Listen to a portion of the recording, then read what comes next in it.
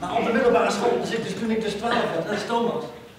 Toen stond dit nog zo, voor alle grote operaties, hè. Stond dit zo en dit stond zo. En als ik dan wilde eten of praten, dan kwelde ik mezelf helemaal om zo.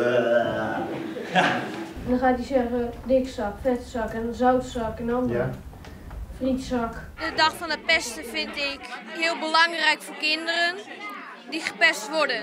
En voor de pesters zelf, die mogen dan gewoon ophouden met pesten. Er was één jongen bij mij op school, mijn klas, die moest mij altijd hebben, altijd. Wat is jouw mening over de pesten nu?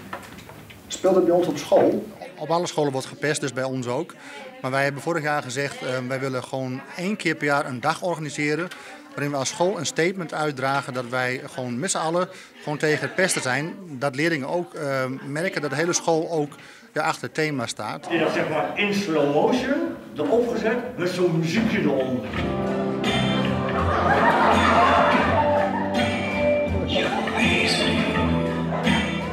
Hebben jullie wel eens gepest?